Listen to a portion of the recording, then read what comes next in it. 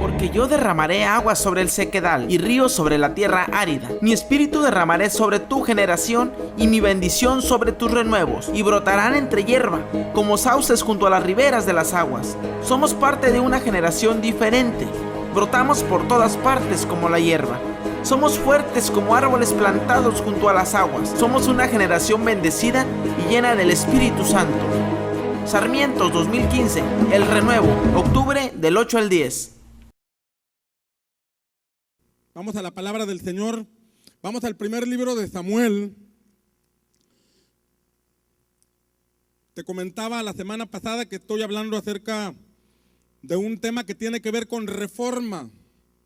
Con reforma. Y no me refiero a la avenida donde hacen plantones y manifestaciones en la Ciudad de México, sino reforma en el sentido de que Dios hace cambios para cumplir su propósito. Y te voy a repetir el significado de reforma que veíamos la semana pasada. Y el significado de reforma significa arreglo, modificación o cambio, cuyo objetivo es el de mejorar algo. La iglesia del Señor tiene que sufrir cambios para mejorar lo que se está haciendo. ¿Alguien dice amén?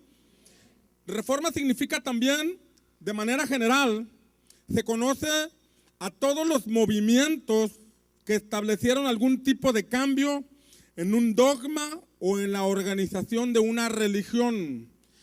A lo largo de la historia hemos visto cómo Dios ha hecho reformas, ha hecho cambios, porque como te señalaba la semana pasada, en ocasiones el hombre tiene la tendencia a apropiarse o a controlar y manipular los asuntos que tienen que ver con lo espiritual o con la religión.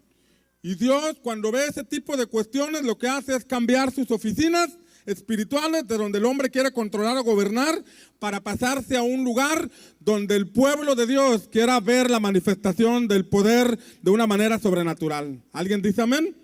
Entonces, Dios no le da derechos reservados a nadie acerca de su iglesia, porque Él está por encima de todo dogma, de toda denominación, de toda religión. Él es soberano. Amén. Es verdad que Él delega autoridad.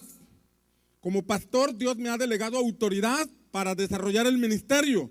Pero una cosa es que yo tenga autoridad de parte de Dios y otra cosa es que yo haga un mal uso de la autoridad que Dios me ha delegado, que manipule, controle o gobierne de manera carnal lo que el Señor está desarrollando en su iglesia. En la iglesia Dios establece un orden y para eso establece autoridades. Pero las autoridades, quienes hemos sido comisionados por Dios para desarrollar alguna actividad, debemos hacer lo que Dios manda. ¿Alguien dice amén? Nosotros creemos en que la palabra de Dios debe regir nuestra vida. La palabra de Dios nos dice en quién creer y cómo creer. La palabra de Dios nos muestra cómo debemos conducirnos. Si yo le enseño algo distinto a la palabra de Dios, yo ya estoy cayendo en herejía. Yo ya estoy cayendo en manipulación. Yo ya estoy cayendo en hacer las cosas de manera carnal. Usted debe ser como la iglesia de Berea, que dice el libro de los Hechos.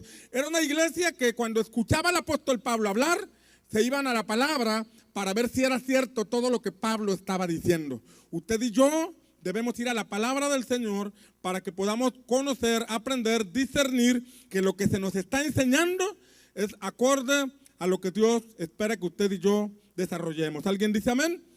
Y veíamos la semana pasada en el primer libro de Samuel cómo una mujer llamada Ana, una mujer que subía todos los años al templo. Déjeme recapitular un poco lo que la semana pasada hablé.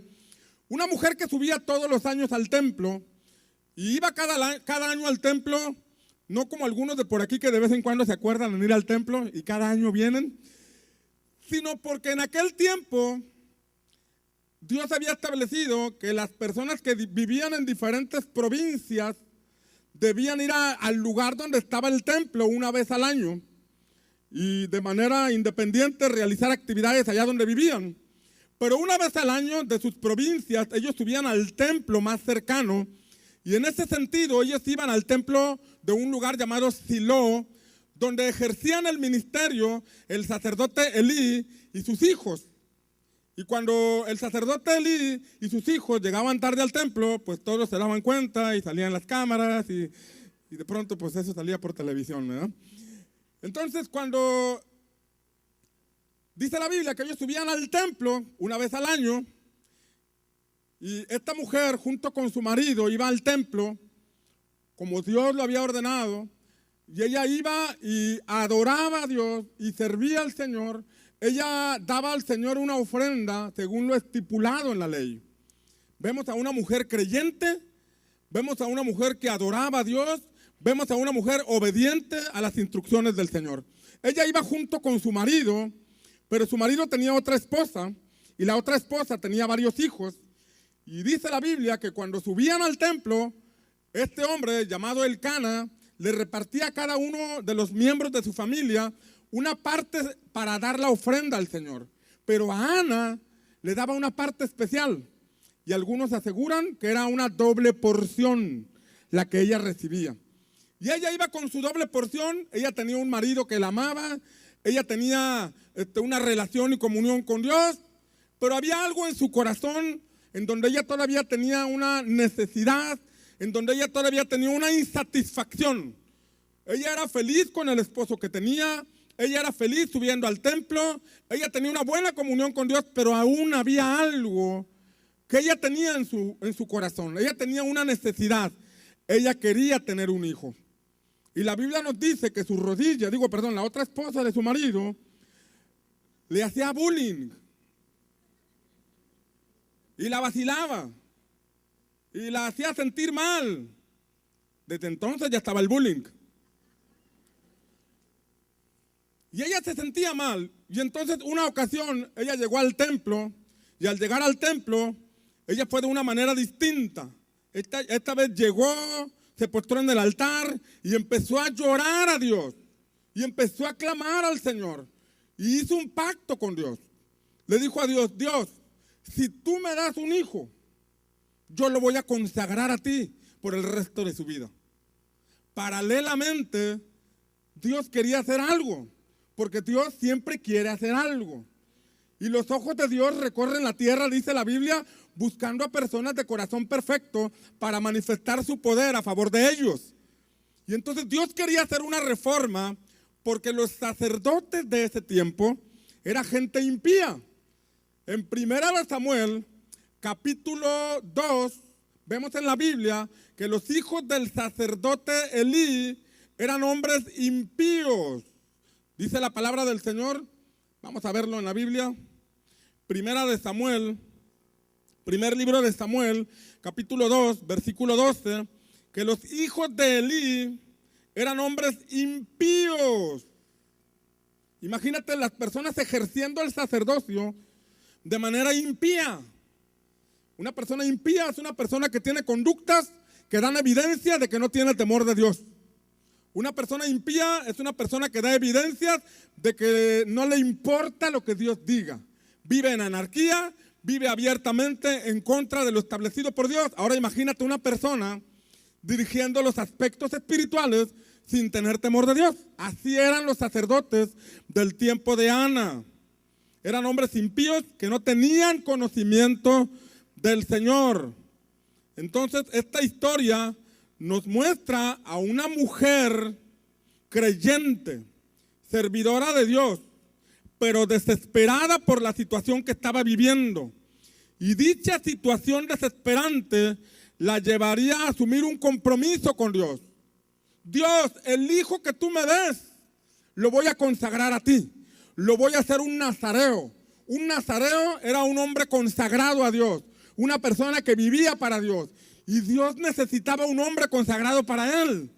Entonces vemos a dos personas o dos historias paralelas cumpliendo un propósito. Una mujer desesperada por un hijo y Dios, el cielo, desesperado por hacer algo en la tierra. Estas personas se pusieron de acuerdo y vino Samuel, un hombre que representa una reforma, un hombre que representa cambios, un hombre que representa un renuevo que Dios levanta para hacer cosas extraordinarias en la tierra. La Biblia nos enseña que en el pasado Dios hizo cosas grandes y extraordinarias, pero yo sigo creyendo que el poder de Dios sigue vigente y hoy en día Él anda buscando a hombres y mujeres dispuestos a hacer la voluntad de Él para que los milagros, las señales y el poder de Dios se siga mostrando de manera sobrenatural como en el antiguo tiempo. ¿Alguien dice amén? Dale un aplauso fuerte al Señor.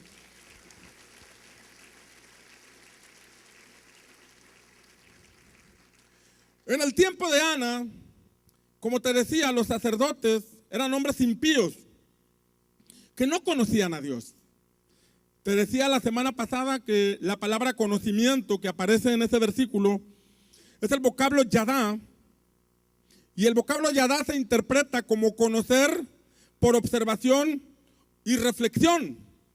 En ese sentido, los sacerdotes ni pensaban en Dios, ni reflexionaban en los caminos del Señor, no lo tomaban en cuenta. Pero además yadá significa conocer por experiencia. Y en ese sentido, cuando nosotros hablamos de un nuevo nacimiento, estamos hablando de una experiencia espiritual. El ser hijo de Dios no es porque usted se congregue en una iglesia cristiana. Usted puede decir que usted asiste a una iglesia cristiana, pero no por el hecho de venir a una iglesia cristiana se convierte usted en un hijo de Dios. Ser hijo de Dios es cuando usted y yo experimentamos un nuevo nacimiento por obra del Espíritu Santo.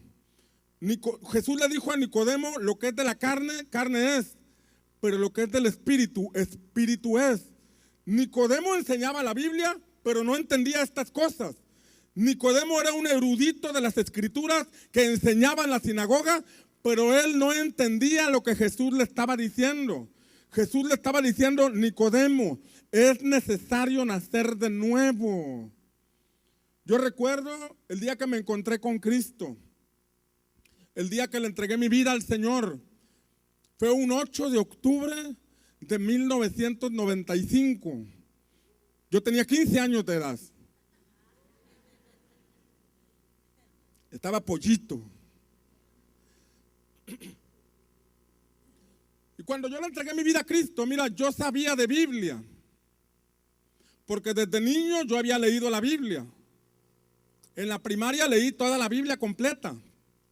No porque me obligaran, sino porque yo quería leerla. Mi papá salía de viaje y cada vez que venía me preguntaba algo de la Biblia. Yo le contaba lo que había leído y me entusiasmaba tener que leerla para platicarla a mi papá. Yo crecí en una iglesia cristiana. Yo sabía de Biblia, pero yo no conocía al Señor. Yo no había tenido esa experiencia de nacer de nuevo. Cuando me aparté, cuando tomé caminos equivocados y caí en el alcoholismo y en otro tipo de cuestiones, yo recuerdo que contendía con mis amigos acerca de Biblia, acerca de religión. Y como yo sabía de Biblia, pues les decía lo que decía la Biblia, les enseñaba, les exhortaba, los regañaba y luego les decía salud, ¿verdad? Yo sabía de Biblia, pero no conocía al autor de la Biblia. No conocía al autor de las Escrituras. Hasta que un día, un 8 de octubre, después de estar buscando al Señor, después de andar por caminos muy equivocados, un día empecé a buscar al Señor. Y ese día que tuve mi experiencia con Dios, mi experiencia espiritual, yo no sé ni de qué predicaron esa vez. Yo recuerdo que estaba con las manos en alto, llorando, no de amargura, sino de un gozo inexplicable. Algo se estaba moviendo en mi interior, algo se estaba rompiendo. Literalmente sentí como que me quitaban una piedra pesada de la espalda y me empecé a sentir libre. Cuando acordé, ya estaba al frente del altar con mis manos en alto, adorando al Señor. Fue una experiencia inolvidable. Desde entonces no he vuelto atrás, siempre hacia adelante, siempre buscando más del Señor. Pero eso fue una experiencia, fue un nuevo nacer. Hay gente que me conoció antes de que yo aceptara a Jesús y me decían, tú, pastor, no, hombre.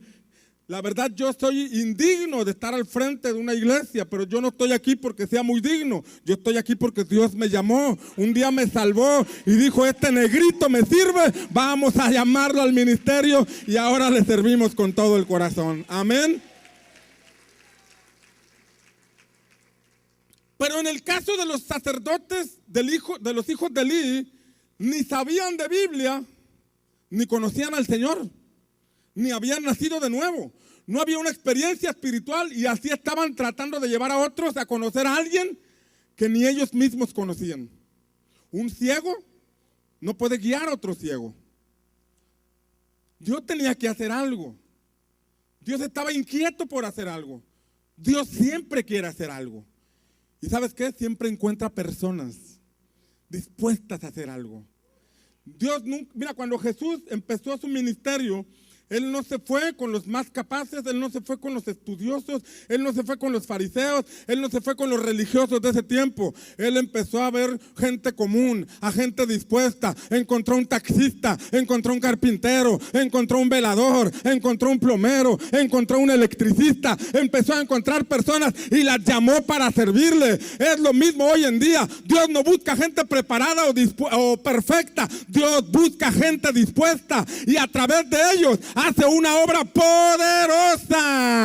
Alguien dice amén.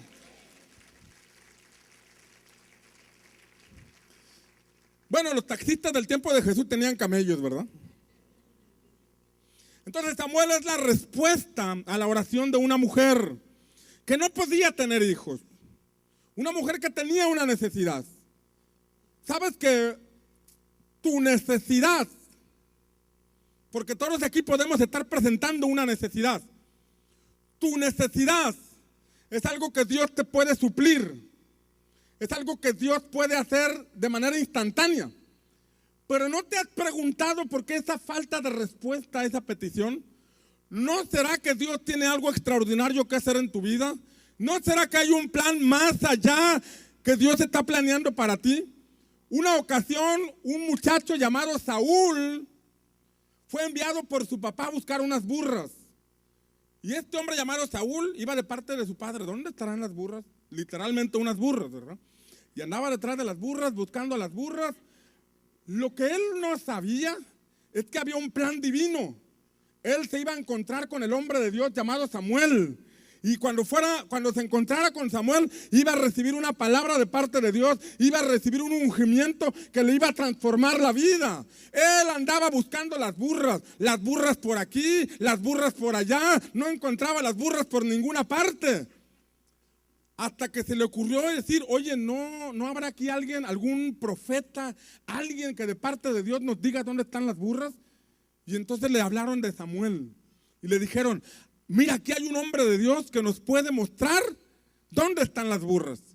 Y entonces estos fueron a buscar a Samuel, pero a Samuel Dios ya le había hablado. Mañana te voy a traer un hombre al que me vas a ungir. Y una vez que lo unja le vas a declarar que él va a ser el próximo rey de Israel. Entonces lo que aquel andaba buscando, unas burras, buscando suplir una necesidad, Dios tenía un plan detrás del telón. Voy a ungir a este hombre, lo voy a transformar y lo voy a usar para mi gloria. ¿Sabes qué? Dios te trajo aquí, tal vez por esa necesidad que estás presentando, has venido aquí, pero detrás de cámaras está el brazo de Dios queriendo ungirte, queriendo transformarte, queriendo cumplir su propósito en tu vida. Gracias a Dios por esas burras que se te perdieron. Te encontraste con Dios.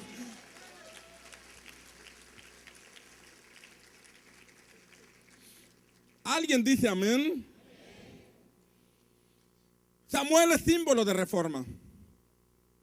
Dios quitó a los sacerdotes impíos, que generalmente eran conocidos como los únicos autorizados para desarrollar el sacerdocio. Y levantó a Samuel en lugar de ellos. Cuando Dios hace cambios, levanta gente que de pronto no es igualita a las que acaba de quitar. Por ejemplo, Juan el Bautista. Juan el Bautista fue un hombre que Dios levantó para preparar el camino a Jesús. Juan el Bautista era de las familias sacerdotales. Su padre ejercía el sacerdocio. Pero Juan el Bautista, cuando Dios lo llamó, ni traía atuendo de sacerdote, ni ministraba como los sacerdotes. Se vestía con piel de camello y su mensaje era muy distinto al de los sacerdotes en el templo. Su oficio era distinto. A través de Juan el Bautista, Dios hizo una reforma y preparó el camino para que Jesús se mostrara. Cuando usted y yo no entendemos los cambios, no entendemos los tiempos, nos quedamos estancados en un mover viejo que no se está en la actualidad manifestando. Por ejemplo, Dios hizo algo extraordinario en Egipto para liberar a Israel. El poder de Dios se manifestó de una manera extraordinaria. Hubo señales, hubo milagros, hubo gente empiojada. Cualquier coincidencia el día de hoy es mera casualidad, ¿verdad? Hubo un mover poderoso de Dios en Egipto y Dios liberó a su pueblo de aquel lugar. Pero en el desierto hubo algo extraordinario de parte de Dios también. Hubo pan cayendo del cielo, hubo agua de horchata saliendo de la roca, agua de Jamaica. Hubo milagros en el desierto. Pero en Canaán también hubo mover de Dios. Hubo gigantes decapitados, hubo pueblos extranjeros echados fuera porque Dios estaba con ellos. Ahora, si Dios estaba haciendo algo en Canaán y alguien quisiera estar en Egipto haciendo señales, seguramente moviéndose en fe pudiera haber milagros, pudiera haber sanidades, pero Dios ya está haciendo algo diferente. ¿Por qué estar en Egipto? ¿Por qué estar en un modelo viejo de Egipto o en un modelo viejo del desierto cuando Dios está haciendo cosas grandes en Canaán? Es cierto que Dios hizo cosas grandes y extraordinarias allí. Hizo cosas grandes y extraordinarias en el desierto. Pero yo quiero estar donde papá está haciendo algo. Yo quiero estar alineado a la voluntad del cielo aquí en la tierra. ¿Alguien dice amén? Dale fuerte ese aplauso al Señor.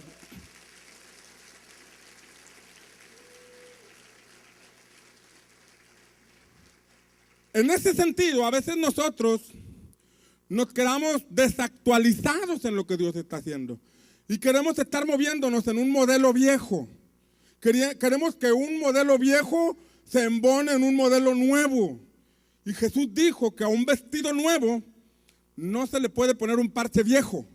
Y a un vestido viejo no se le puede poner un parche nuevo. O todo el vestido nuevo o todo el vestido viejo. Pero yo no sé tú, yo quiero un vestido nuevo, actualizado a lo que Dios está haciendo en este tiempo. ¿Alguien dice amén? Levante su mano todo aquel que quiera un vestido viejo.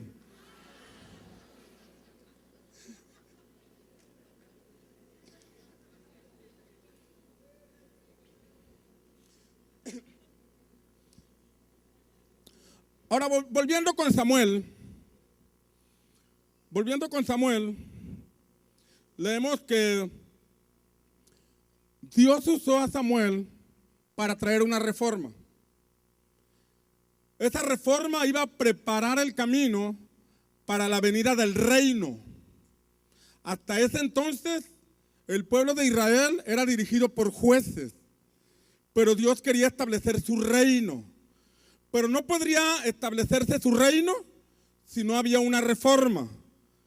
No hay reino sin reforma. No hay reino sin cambios. Si una iglesia sigue estancada, si una iglesia sigue desactualizada, no puede ver la manifestación del reino de Dios. Samuel iba a preparar todo para que después se estableciera el reino. Primero se establecería el reino a través de Saúl y después se establecería el reino a través de David. David, dice la Biblia, que era un hombre conforme al corazón de Dios. Por medio de David, Dios establecería un reino natural que puede ser símbolo del reino espiritual. El reino de Dios en la tierra es la manifestación de Dios de una manera extraordinaria. Jesús dijo que teníamos que arrepentirnos porque el reino de los cielos se ha acercado. El reino de los cielos trae libertad, trae gozo, trae paz, trae cambios, trae restauración. Es que la voluntad de Dios se haga aquí en la tierra. Hablar del reino de Dios en la tierra, Jesús dijo que cuando oráramos, dijéramos, venga tu reino y hágase tu voluntad como en el cielo. Como en el cielo. El reino de Dios se establezca, quiere decir que la voluntad de Dios se hace aquí en la tierra. Que lo que Dios declara en el cielo tiene un cumplimiento aquí en la tierra.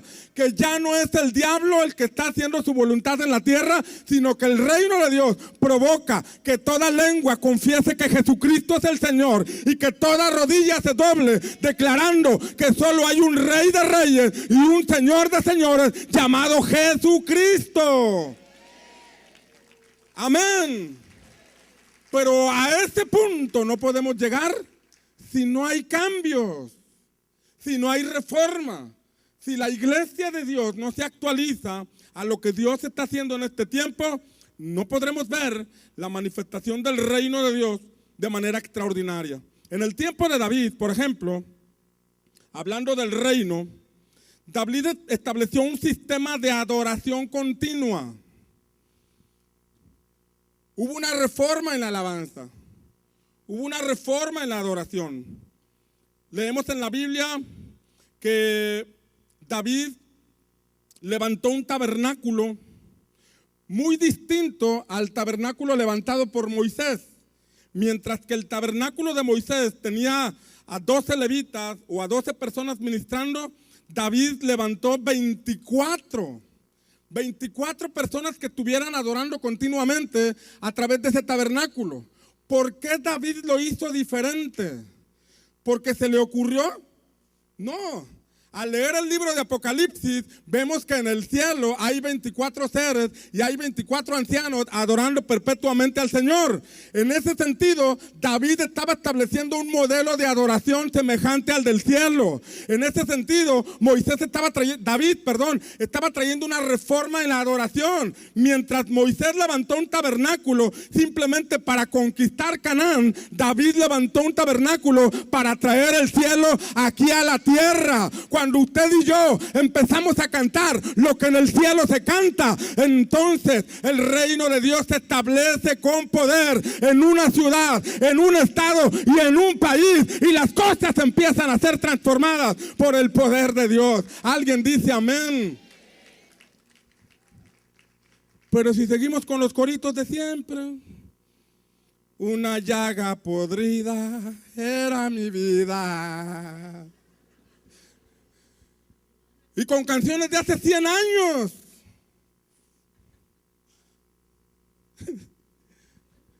Pajarito, canta tú, canta tú, canta tú, pajarito, canta tú.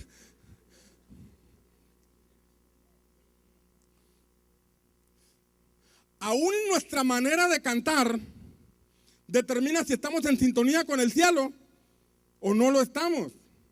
Cuando cantamos coros de hace 100 años, cuando cantamos coros de hace 200 años, coros muy bonitos, coros extraordinarios, pero a mí el libro de Apocalipsis me dice, en el último capítulo, que el Espíritu y la esposa le cantan a Jesús y le dicen, ven. En ese sentido, el Espíritu Santo desata canciones del cielo aquí en la tierra para Jesús. En el cielo los ángeles le cantan, pero el Espíritu Santo viene y nos revela esos cánticos celestiales que en el cielo se están cantando. Y cuando hacemos eso, el reino de Dios se manifiesta entre nosotros, trayendo libertad, trayendo restauración, trayendo bendición. Alguien dice amén. Pero si seguimos con los coritos de siempre,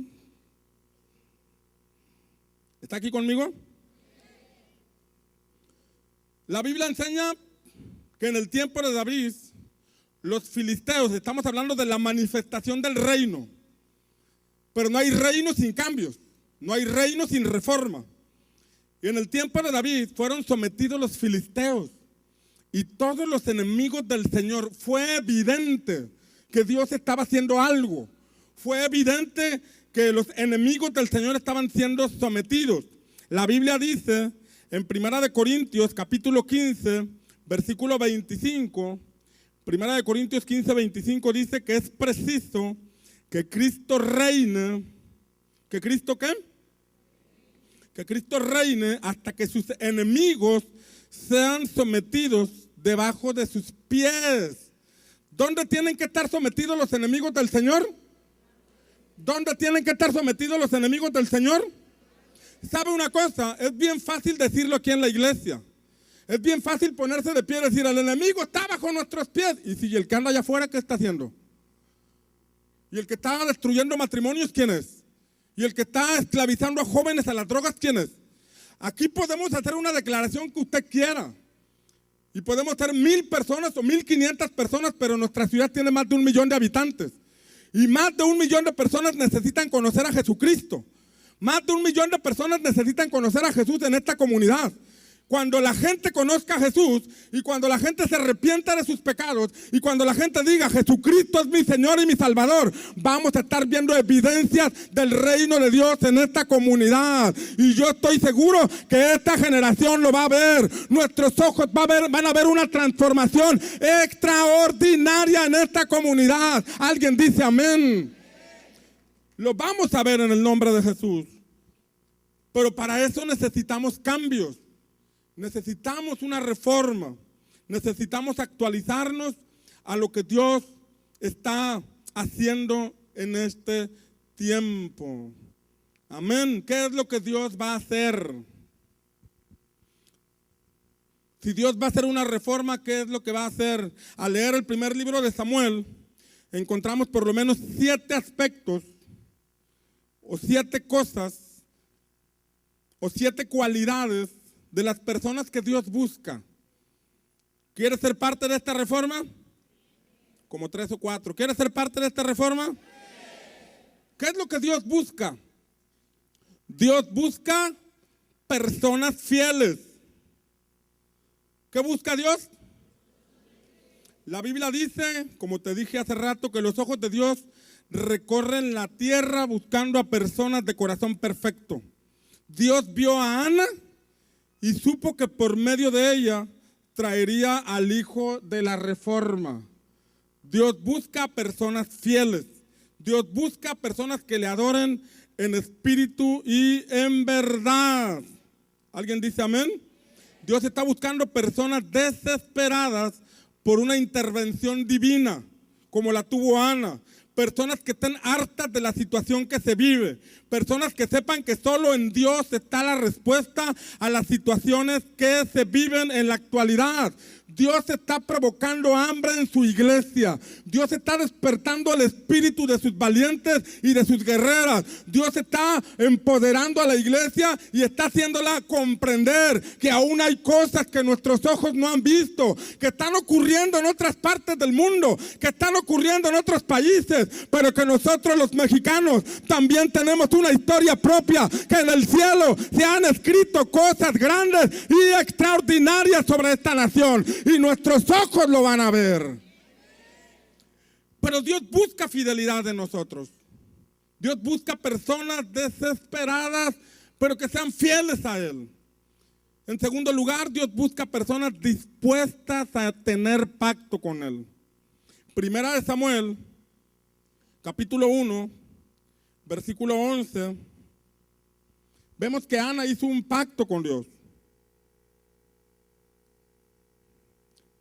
Dice Primera de Samuel 1:11, e hizo voto diciendo, Jehová de los ejércitos, si te dignares mirar a la aflicción de tu sierva y te acordares de mí y no te olvidares de tu sierva, sino que dieres a tu sierva un hijo varón, yo lo dedicaré a Jehová todos los días de su vida y no pasará navaja sobre su cabeza. Dice este pasaje que Ana hizo voto. Hizo pacto con Dios. Dios busca a personas de pacto, personas comprometidas. Porque una cosa es desear que Dios haga algo en una ciudad y otra cosa es comprometerse con el equipo. Sí, Dios, haz algo, heme aquí, envíalo a Él. Heme aquí, Señor, levántalo a Él. Una cosa es desear algo y decir, Señor, cuenta conmigo. Tengo necesidad financiera, tengo una necesidad familiar, tengo un problema económico, tengo un problema en mi matrimonio, tengo un problema con mis hijos, Señor, pero eso está en tus manos. Yo entro en pacto contigo, te voy a servir, te voy a honrar, me comprometo contigo y sé que la promesa vendrá a mi vida, la respuesta vendrá a mi vida porque estoy haciendo pacto con el que todo lo puede. ¿Alguien dice amén? Pero Dios busca personas de pacto.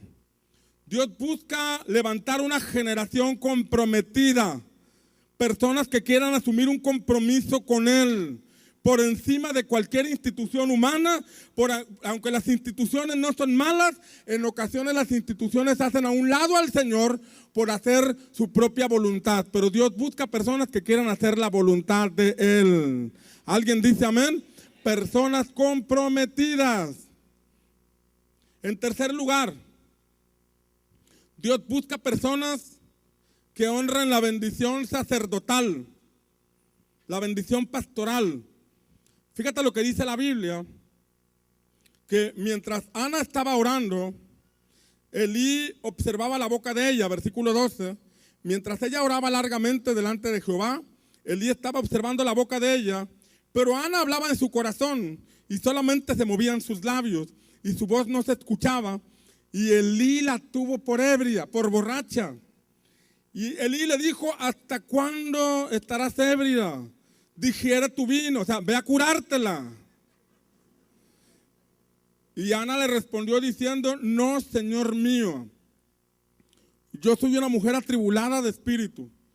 No he bebido vino ni sidra, sino que he derramado mi alma delante de Jehová. No tengas a tu sierva por una mujer impía, porque por la magnitud de mis congojas y de mi aflicción he hablado hasta ahora. Y Elí le respondió, ¿qué le respondió? Ve en paz, shalom. ¿Qué le respondió? Ve en paz, es una bendición sacerdotal, shalom. O sea, ve en paz. Elí le estaba impartiendo una bendición a esta mujer. Y le dijo, el Dios de Israel te otorgue la petición que le has hecho. Esa expresión ve en paz era la bendición que los sacerdotes impartían. Esto nos habla de personas teniendo relaciones armónicas con su autoridad espiritual, unas relaciones de paz. Dios busca personas que tengan relaciones de paz con sus autoridades espirituales. Fíjate bien, el sacerdote le dijo borracha. Borracha, oye ya borracha, ve a curártela allá afuera. Y ella le dijo, no Señor, no estoy borracha, sino que estoy llorando porque tengo una necesidad fuerte. Y entonces Elí la bendijo. A pesar de que le había dicho borracha, esta mujer se pudo haber ofendido. Sáquese a bañar, yo no estoy borracho, borracho usted. Como algunos de por allá de Centroamérica responderían, ¿verdad? Pero esta mujer estaba cuidando la relación con su líder espiritual. Aunque le dijo borracha, ella no respondió groseramente, sino que su respuesta fue cordial. Cuando Dios va a hacer una reforma, levanta a personas para lograrlo. Pero cuando Dios va a levantar a alguien, el enemigo trabaja paralelamente para detener lo que Dios quiere hacer. Te lo voy a explicar de otra forma. Cuando Dios iba a levantar a Moisés, Satanás trató de matar a todos los niños a través de Faraón. Cuando Dios envió a Jesús, Satanás levantó a Herodes para tratar de matar a todos los niños y acabar con Jesús. Satanás siempre se opone. Cuando Satanás ve que Dios quiere levantar a alguien que tiene mucha hambre de Dios, entonces lo que Satanás hace es llenar de celo a sus autoridades para que lo bloqueen. Por ejemplo, Saúl. Dios iba a levantar a David para establecer su reino, pero entonces Saúl lo empezó a perseguir con intenciones de matarlo. ¿Por qué? Porque si David se amarga, no se cumple el propósito de Dios. Si David se enoja con su autoridad, se pierde el propósito de Dios. Porque hay un hombre amargado que en vez de seguir el ejemplo de Dios, sigue el ejemplo de las malas autoridades. Si Ana le hubiera respondido groseramente a Elí, borracho usted, vaya a cuidar a sus hijos, miren cómo andan, Ana se hubiera metido en un asunto de desgaste, donde el diablo la hubiera desencauzado. Dios quería levantar a un Samuel, pero tenía que estar íntegra la mamá, el vaso donde el niño llegaría. Saúl persiguió a David. Y fíjate lo que pasa, lo que dice la Biblia. La Biblia dice que Saúl estaba endemoniado, estaba loco y quería matar a David. Y aún así, cuando David estaba siendo perseguido, David tuvo la oportunidad de matar a Saúl. En cierta ocasión estaba en una cueva. La Biblia dice que Saúl entró para cubrirse los pies. Eso significa entró al baño. Pero la Biblia dice para cubrirse los pies. Y entonces entró solito. Y al entrar solito, allí estaba David con su ejército. Y allí estaba Saúl solititito. Y era una oportunidad para David. Saúl estaba loco. Saúl estaba endemoniado. Saúl había sido desechado por Dios y Dios había llamado a David. Y alguien le dijo, mira David, he aquí el momento. Acuérdate la palabra profética que te dieron. Yo pongo a tus enemigos en tu mano, haz como te parezca. Ya le habían dado una palabra profética a David. Le habían dicho, Dios va a poner a tus enemigos en tu mano. Y ahí alguien le estaba recordando a David la palabra profética. O sea, como para decir, pues Dios me dijo, está loco, está endemoniado, me quiere matar, va a ser en defensa propia. Pero él dijo, ¿cómo voy a levantar mi mano contra el ungido de Jehová? Porque es bien fácil cambiarse de iglesia. Es bien fácil decir, no, pues es que el pastor no me visitó, o el pastor me trae mala onda, no quiere que yo predique en el púlpito, o no me quiere dar un grupo. Mira, si te vas a enojar o te llevas un problema. Vas a llegar a otro lugar donde seguramente te van a adular. No, hombre, tú eres de aquí, tú aquí vas a servir, tú aquí te vas a desarrollar, te estábamos esperando. Al rato se van a dar cuenta del problema que tienes y también te van a hacer a un lado. Porque el problema no está en el lugar donde estás, sino en lo que a veces venimos cargando. Amén, ¿está aquí conmigo? Pero Dios está levantando una generación diferente. Una generación que dice, mi autoridad no es perfecta. La voy a aguantar mientras no ande en pecado. A lo mejor se enoja, a lo mejor tiene ojos de pistola, a lo mejor de pronto le brota el carácter, pero no hay persona perfecta aquí. ¿Está aquí conmigo? No permitimos el pecado. No estamos hablando de que los dirigentes o sembradores de grupo debemos ser personas impías. Estamos hablando de que a veces el carácter brota. Diga conmigo, ay, ay, ay. Estamos trabajando en ello. Pero debemos ser personas inofendibles.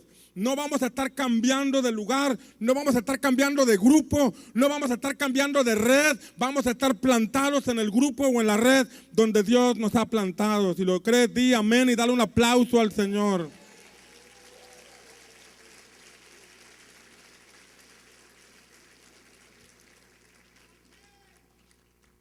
Entonces Dios busca personas estables. Estables. Aquí me plantó el Señor, aquí estoy. Te aseguro que tu sembrador de grupo y tu sembrador de red no está como Saúl, ni loco, ni endemoniado, ni te quiere matar. Eso te lo aseguro. Le verás detallitos, pero ni está endemoniado, ni está loco, ni te quiere matar. Ni tu pastor menos, ¿verdad?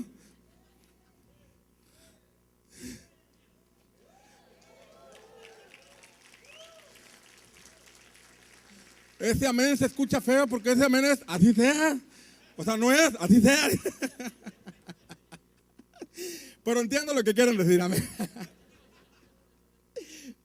Número 4. Dios busca personas para hacer una reforma. Dios busca personas fieles. Dios busca personas de pacto. Dios busca personas que honren la bendición pastoral o la bendición sacerdotal. Número 4, Dios busca personas que crean en la palabra profética. Fíjate bien, en Primera de Samuel lo que Elí le dijo a Ana. Elí le dijo a Ana, en el versículo 17, ve en paz y el Dios de Israel te otorgue la petición que Dios te dio. Ahí el sacerdote le estaba impartiendo una bendición, que Dios te dé lo que le estás pidiendo. Las promesas de Dios son en el sí y en el amén. Cuando se te suelta una palabra, tú tienes que creerla, tú tienes que tomarla, porque si de alguna forma habla Dios, es a través de palabra profética.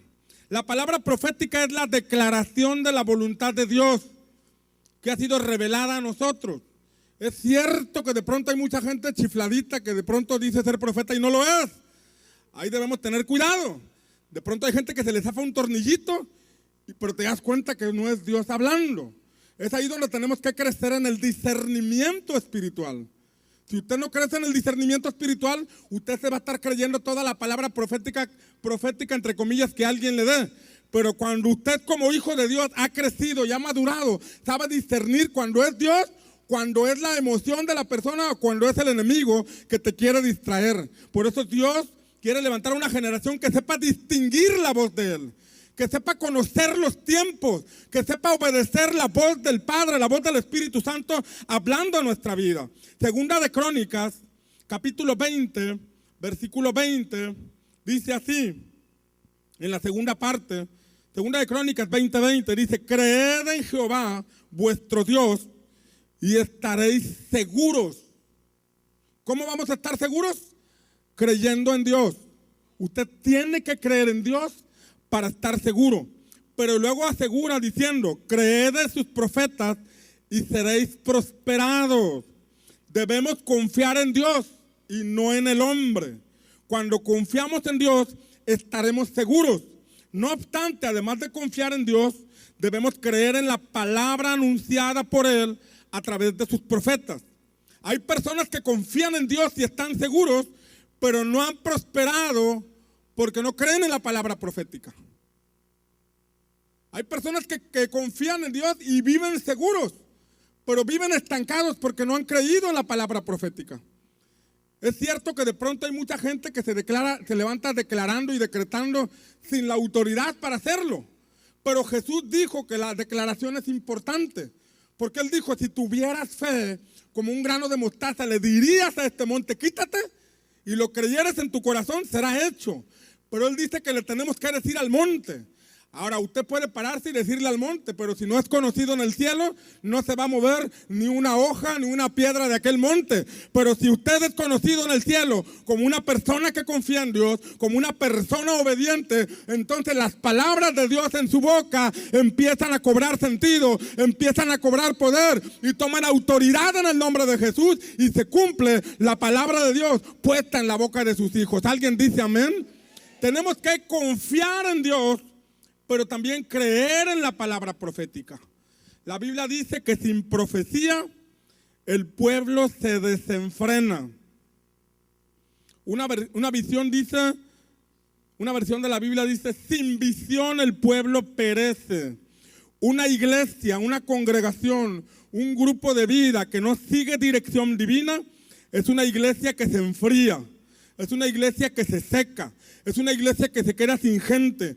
Es una iglesia que no está siguiendo dirección divina, pero al contrario, un grupo de vida, una red o una congregación que está siguiendo dirección divina es una iglesia avivada, es un grupo avivado, es un grupo que está en crecimiento porque está donde Dios está haciendo algo. Y en esta generación Dios está haciendo cosas grandes y extraordinarias, y los entendidos en los tiempos se están levantando para obedecer las instrucciones divinas para esta generación. Alguien dice amén.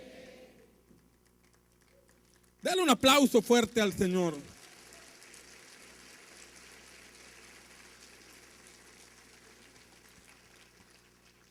Generación a generación Dios hace algo. La generación de nuestros abuelos y de nuestros padres recibieron una visión de trabajo. Pero esta generación, hoy Dios también está haciendo algo. Y nos está invitando a ser parte de ello. Pan de Vida ha recibido mucha palabra profética. En el pasado congreso, palabra tras palabra tras palabra, y yo las creo. Desde hace mucho tiempo Dios nos ha dado palabra profética. También de pronto hay uno que otro chiflado que se levanta a hablar, pero creemos en la palabra profética que viene del Señor. Y Dios ha hablado y la creemos, pero tanto así la creemos que estamos trabajando en verla cumplida. Porque si no hay acción de parte nuestra ante una palabra dada por Dios, entonces no podremos alcanzar lo que Dios nos quiere dar. Número 4, Dios anda buscando personas. Número 5, personas que tengan actitud de fe. Repita conmigo, actitud de fe. Es decir, Dios busca personas fieles, Dios busca personas de pacto, Dios busca personas que honren la bendición pastoral o sacerdotal, y Dios busca personas que crean en su palabra, pero también personas que tengan una actitud de fe. Repita conmigo, actitud de fe. ¿Qué pasó con Ana y con Elí? Después de que Elí la bendijo, el versículo 18, ella dijo: halle tu sierva gracia delante de tus ojos. Y se fue la mujer por su camino y comió. ¿Y qué pasó? No estuvo más triste. Después de que recibió su palabra, no estuvo más triste.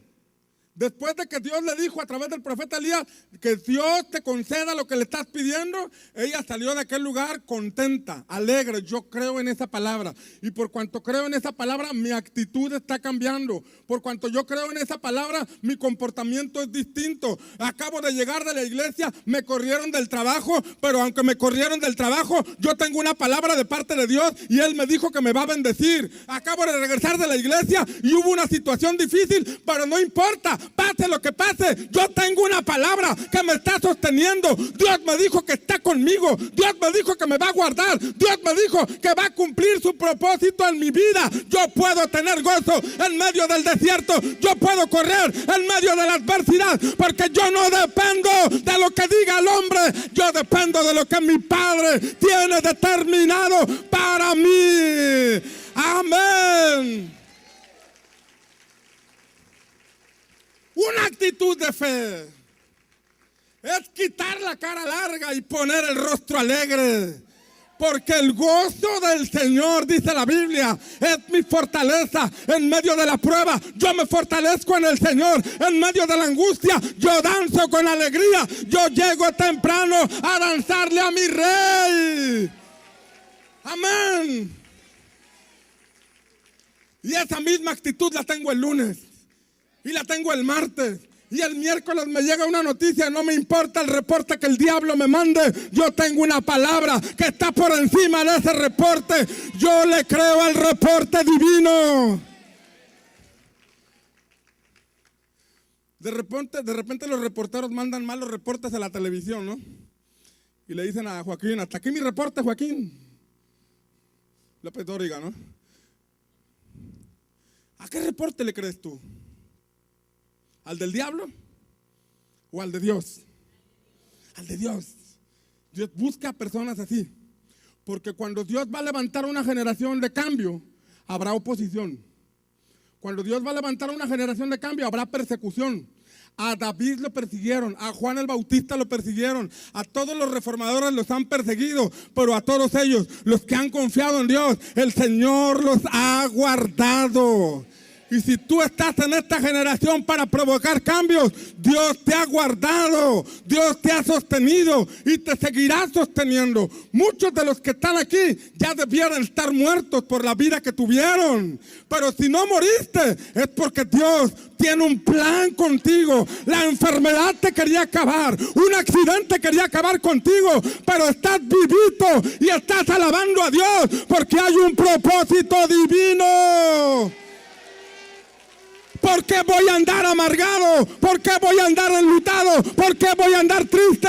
Soy parte de la historia del cielo aquí en la tierra.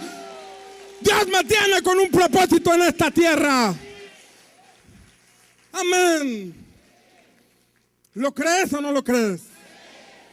Tenemos que levantarnos a hacer lo que Dios ha planeado desde hace mucho tiempo. Esta generación verá la gloria del Señor. Platicaba la semana antepasada, no, más bien la pasada, con un hermano que vino de México y está viviendo actualmente aquí. Y me decía que hace tiempo, en un congreso en la Ciudad de México, vinieron apóstoles de muchos lugares del mundo y se soltó palabra profética para México. Ha habido muchísima palabra profética para México. Pero me llamó la atención esa que él dijo ese día, que me platicaba a mí. Y me decía que estando en ese congreso, él vivía allá en México, él es de allá, del estado de México. Y decía que se levantaron varios profetas para decir que había como antorchas encendidas en todo México. El hermano que me lo compartió porque dijo que en el congreso el pastor Rubén Lerma dio una palabra igual, de antorchas y de fuego, y lo amarró con un pasaje de Isaías. Y el profeta que habló allá en la Ciudad de México también usó la base de Isaías, y él se acordó de la palabra que le habían dado. Pero los profetas decían que había antorchas en todo México, pero que había un fuego especial al norte del país y que veían Tamaulipas incendiándose con el fuego del Espíritu Santo. Amén. Yo lo creo. Pero como él vivía en el estado de México, no le tomó mucho la atención la palabra, ¿verdad? No, pues allá los tamaulipecos que se las arreglen. Pero ahora que está viviendo aquí, dice, estoy orando a Dios para que no me cambien de trabajo a otra ciudad.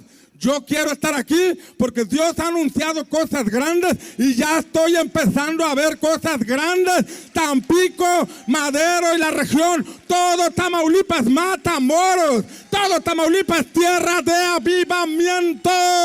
Porque yo derramaré agua sobre el sequedal y ríos sobre la tierra árida. Mi espíritu derramaré sobre tu generación y mi bendición sobre tus renuevos. Y brotarán entre hierba, como sauces junto a las riberas de las aguas. Somos parte de una generación diferente. Brotamos por todas partes como la hierba. Somos fuertes como árboles plantados junto a las aguas. Somos una generación bendecida y llena del Espíritu Santo. Sarmientos 2015, El Renuevo, octubre del 8 al 10.